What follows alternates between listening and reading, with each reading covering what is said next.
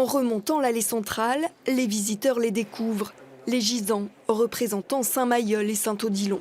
En fait, les pèlerins traversaient la nef comme nous venons de le faire, descendaient au niveau du sarcophage, passaient la main à l'intérieur de la fenestelae et touchaient les reliques, c'est-à-dire les ossements des saints. Deux grands abbés qui se sont succédés et ont contribué au Xe et XIe siècle au rayonnement de Cluny.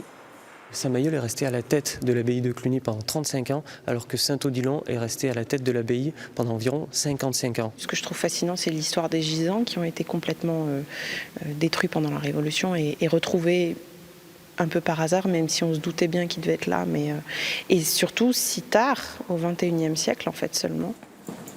L'histoire de Souvigny et de Cluny s'entremêle avec celle des Bourbons. De part et d'autre du chœur, deux chapelles. À l'intérieur reposent les ducs et leurs familles. Nous pouvons voir ici les gisants de Louis II de Bourbon et sa femme Anne-Dauphine d'Auvergne.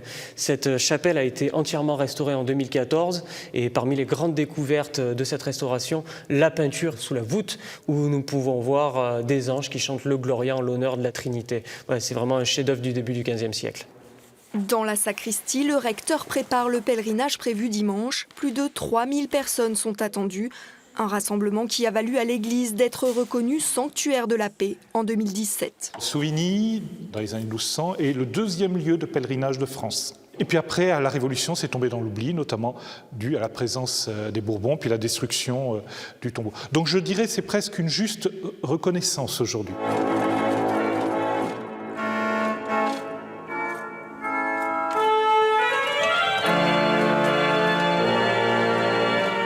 Le prieuré de Souvigny, haut lieu de l'histoire médiévale, abrite de nombreux trésors. Chaque année, 75 000 touristes visitent ce site.